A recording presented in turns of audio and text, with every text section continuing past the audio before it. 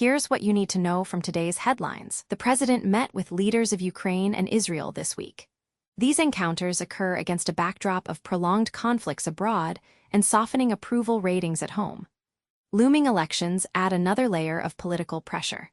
Pause ongoing wars in Europe and the Middle East tie directly to U.S. foreign policy decisions that affect defense spending and trade relationships. Domestic polling declines could influence midterm election outcomes and legislative priorities on taxes and immigration.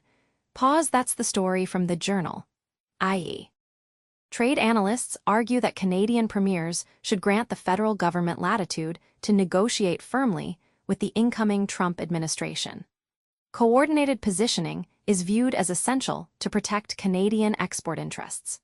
Pause. Any new U.S.-Canada trade friction could raise costs for Canadian energy, autos, and agriculture exports that feed into U.S. supply chains and consumer prices. Provincial-federal coordination will determine how quickly tariffs or quotas might be avoided. Pause. That's the story from National Post.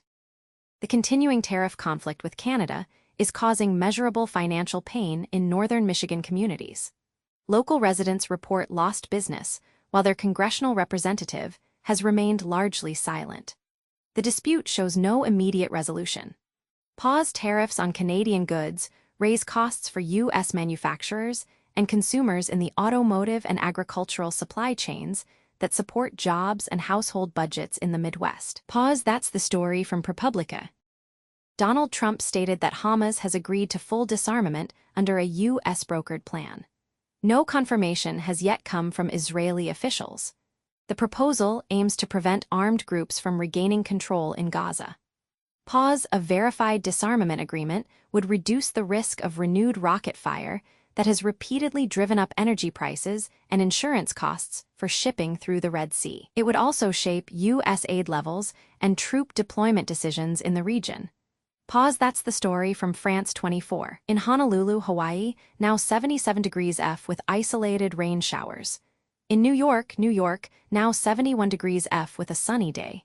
In Chicago, Illinois, now 70 degrees F with partly cloudy skies.